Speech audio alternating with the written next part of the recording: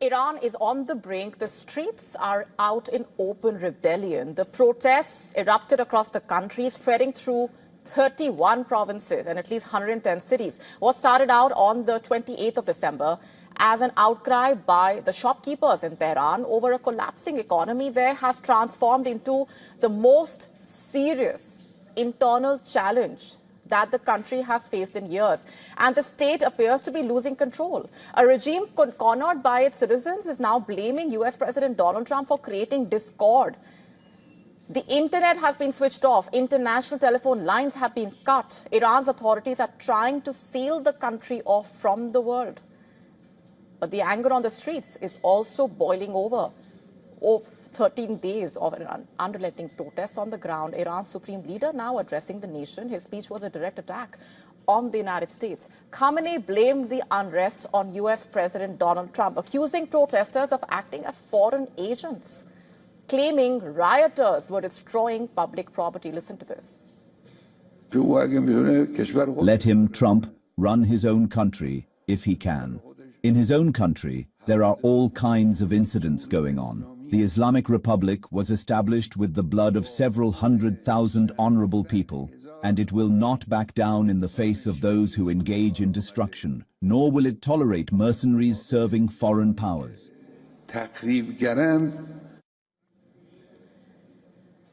Not just that, Khamenei also accused Trump of having, quote-unquote, hands stained with the blood of Iranians. Referencing last year's 12-day Israel-Iran war, he even predicted Donald Trump's downfall, comparing him to the dynasty that was overthrown during Iran's 1979 Islamic Revolution. From Washington, Trump says he is watching events in Iran very closely. In an interview, Trump was asked the Iranian supreme leader may flee the country and then head to Russia. The US president claimed Khamenei is looking for a way out. And in Trump's words, he is looking to go someplace. Trump has also threatened severe action if the Iranian authorities begin killing protesters, warning that the United States would hit Iran very hard. On the ground, the unrest continues to build. Despite the regime's internet blackout, Iranians marched and chanted into Friday morning after a call for protest by the exiled crown prince.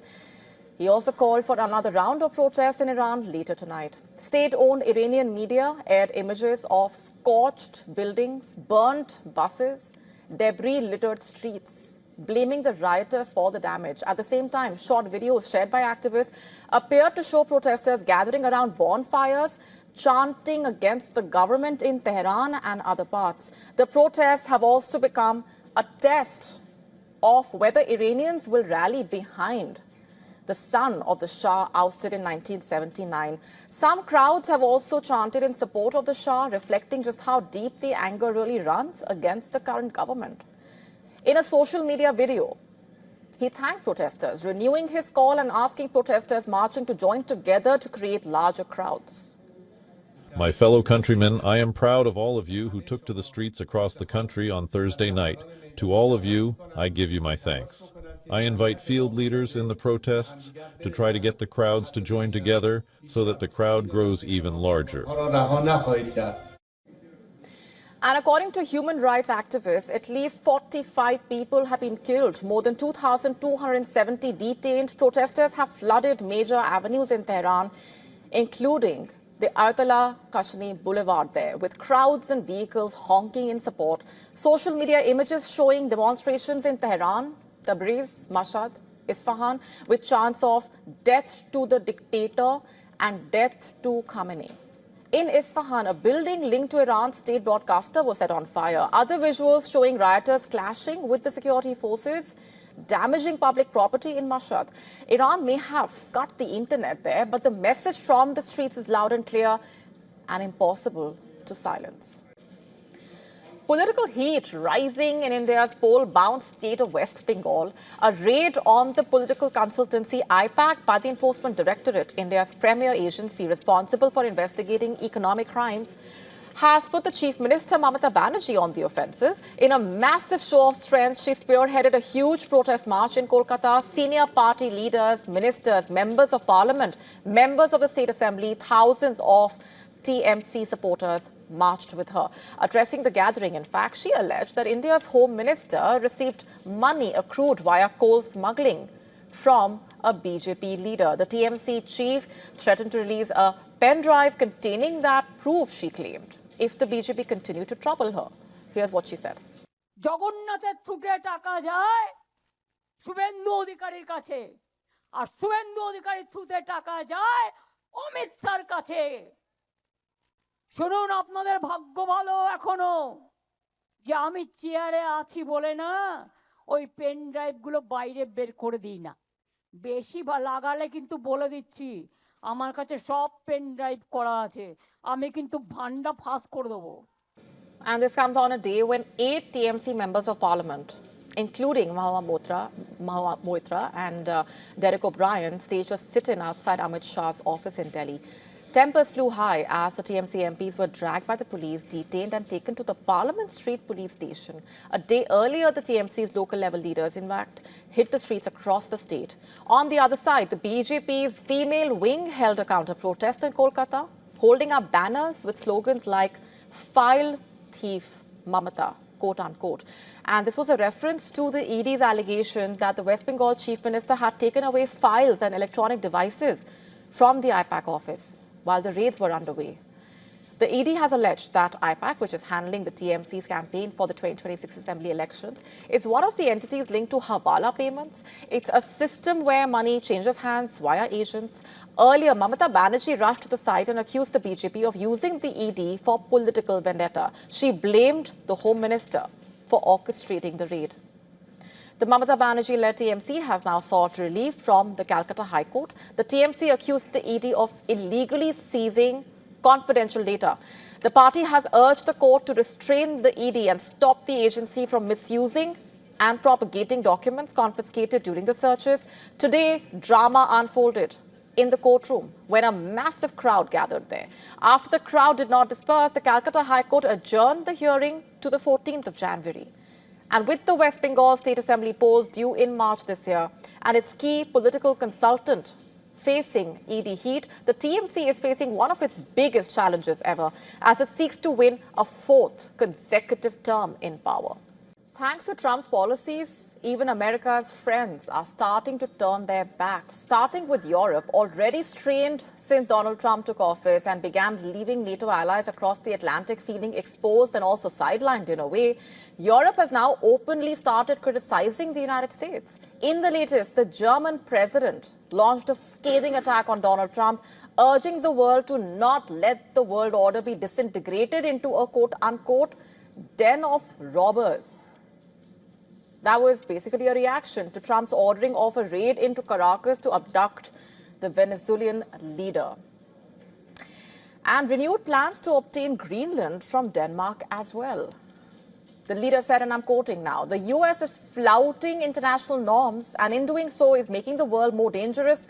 There is a breakdown of values by our most important partner, the United States, which helped build this world order." He urged global efforts to prevent, and I quote, "the world from turning into a den of robbers, where the most unscrupulous take whatever they want, where regions or entire countries are treated as the property of a few great powers."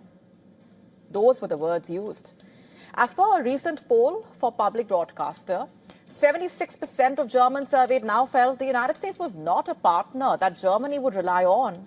That's a reported rise of 3 percentage points since June 2025. And according to the survey, only 15% felt Germany could now trust the United States, the lowest level recorded in the regular survey of attitudes. And in contrast, roughly 3/4 felt that they could rely on France and Britain. The survey found 69% of Germans concerned about security in Europe, about the same number that thought NATO partners could not rely on the protection of the United States, the strongest member of the alliance. And the Germans are not alone. Recently, the French president has also raised alarm over what he called the risks to the international order. Macron said that the United States remains an established power, but one that is gradually turning away from its allies and breaking free from international rules it once promoted, whether in trade, security, or global forums. Macron also saying that he did not approve of the method that Washington used to oust Maduro. Remember, in addition to the statements he has made about Greenland and Venezuela, he has also signed executive order to remove the United States from at least 66 international bodies, a step that has left not only the world but even Americans in shock. But while criticism came in, President Trump told the New York Times that he does not need international law. He said that he relies instead on, I'm quoting now, my own morality, my own mind. It's the only thing that can stop me, quote unquote. That's the statement. In fact, the United States has framed its military action in Venezuela as a police operation to basically capture Maduro, whom Trump, remember, accuses of drug trafficking. Maduro has pleaded not guilty in a New York court, in fact, describing himself instead as a prisoner of war. Venezuela, for its part, has condemned the raid as a blatant violation of sovereignty. And as far as Greenland is concerned, amid concerns over Trump's threats to bring Greenland under American control, the head of NATO's forces in Europe, the US general, has said on Friday that the military alliance was far from being in a crisis. During a visit to Finland, he told reporters, I'm quoting, there's been no impact on my work at the military level up to this point. I would just say that we are ready to defend every inch of alliance territory still today. So I see us as far from being in a crisis right now, quote unquote. Remember, Washington already has a military presence in Greenland, in the base which dates from World War II, when the United States sent forces to defend Greenland after Denmark fell to Nazi Germany. Some 150 personnel are permanently stationed at the base, but the United States stationed up to 6,000 troops across Greenland during the Cold War, largely out of concerns that any Soviet missile would cross the island on its way to North America. Under a 1951 treaty, the United States could simply notify Denmark it is again sending more troops. To stay up to speed with the latest news, download the WION app and subscribe to our YouTube channel.